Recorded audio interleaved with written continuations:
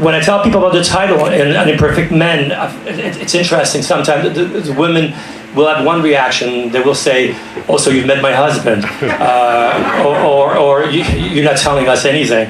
And my male friend says, "So you finally wrote a novella about Luciano?" Not quite.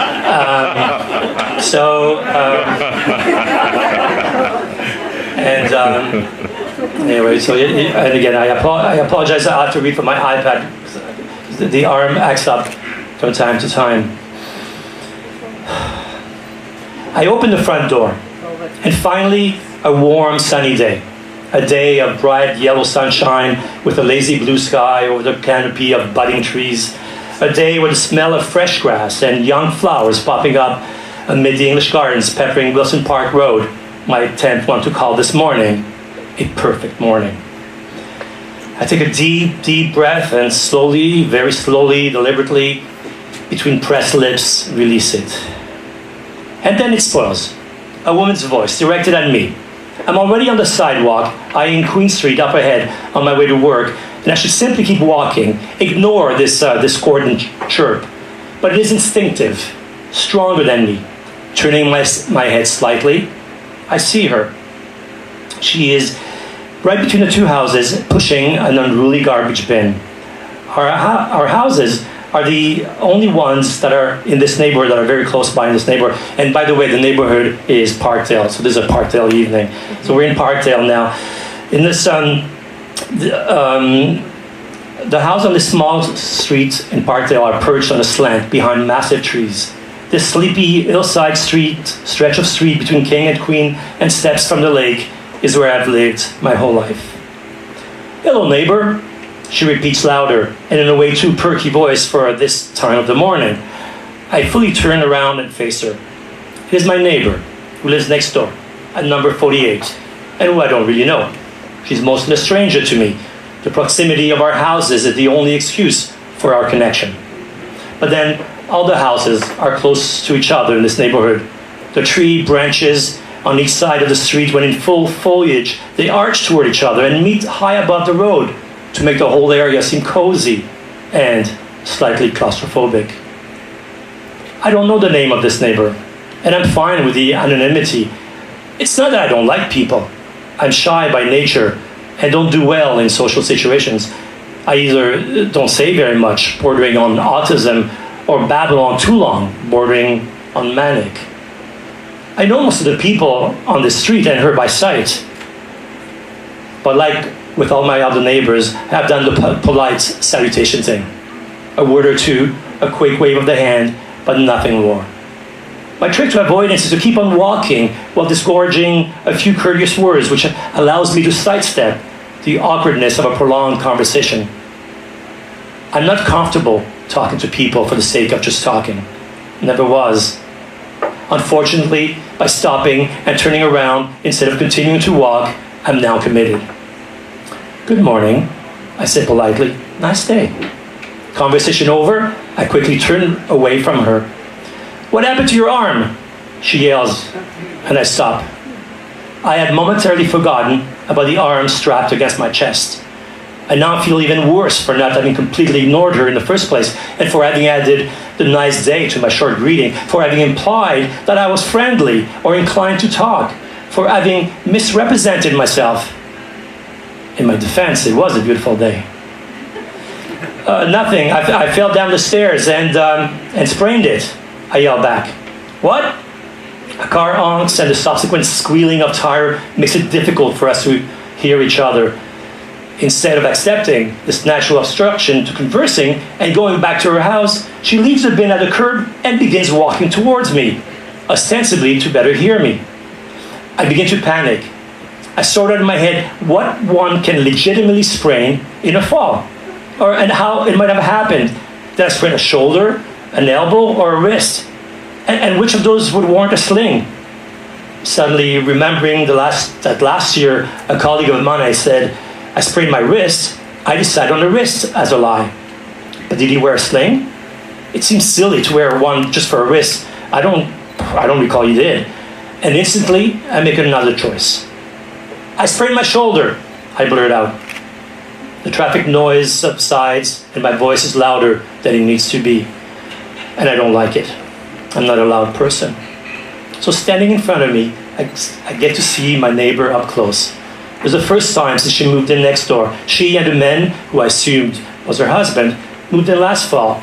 And with the arrival of a Toronto winter and my tendencies to avoid people, we had not introduced ourselves. Does it hurt? She asked in an overly sympathetic voice that I'm not sure is any better than the earlier perkiness. But it is a warm tone, which makes it difficult to ignore. She stares at my arm and its makeshift sling as she says that.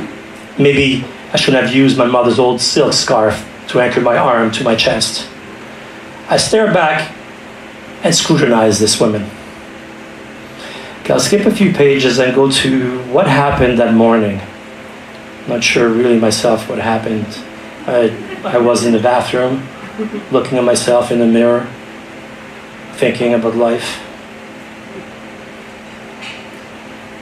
I stare at the mirror. My imperfection is not obvious to people, which is another problem. It might make things easier if it was.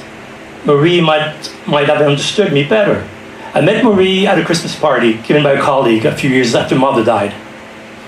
I'm a smoker, I tell her apologetically as we appear to have made a connection over a glass of wine and to get along. And I hope it's not a put-off. I like her immediately, but already I sound awkward. Well, we can't all be perfect, she says, putting me at ease. What if we were to kiss? I say teasingly. Well, I assume you have a good supply of mints. She smiles, and I'm enamored.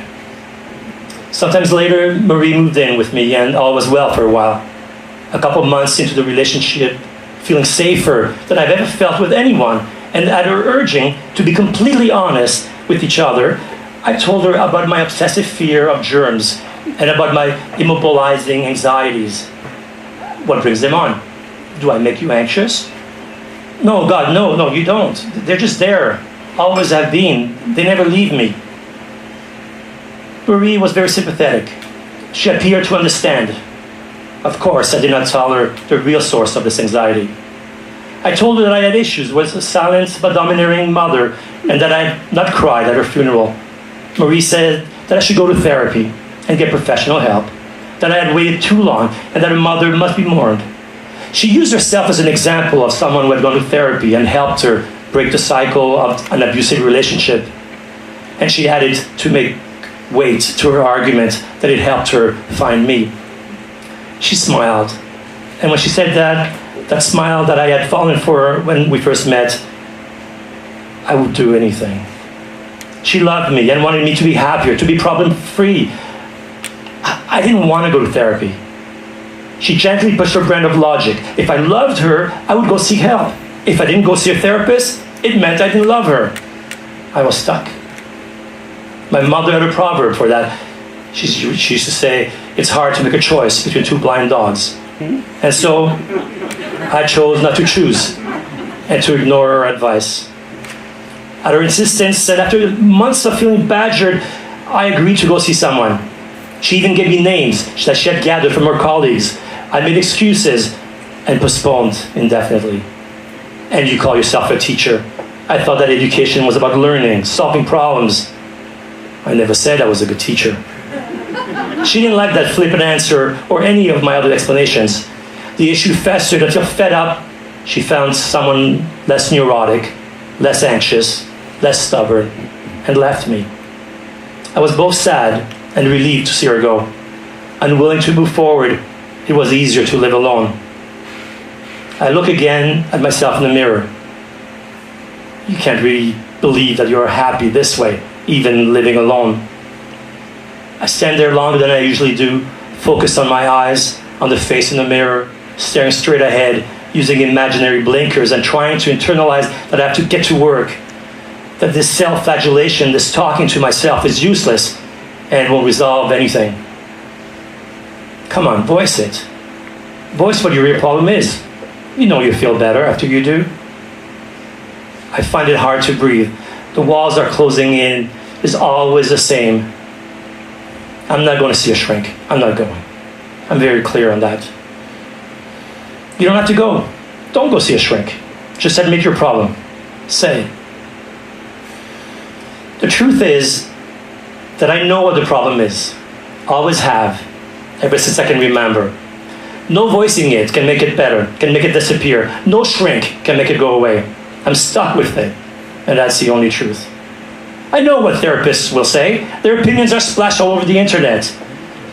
There are a few analysts who might take my side, and those are often castigated by their own colleagues. The internet groups that I follow on sites that deal with these issues are full of examples of real people that have gone to therapy and have wasted their time. It might have prevented a few suicides, and for that I'm grateful, but it did not solve their fundamental issues, those issues facing them. Of that, they were very clear. It was unanimous, and I believed them.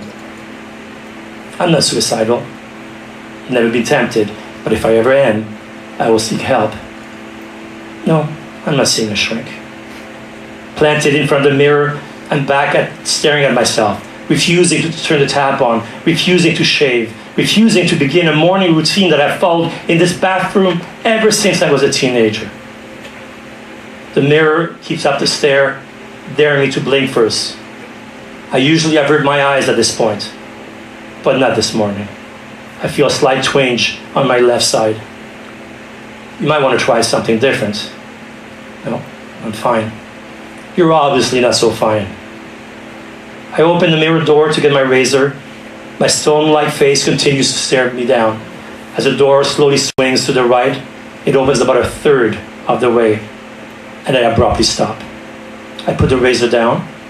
With my right hand, I partially open the cabinet door and close it. I do it again and again and again. I have an idea.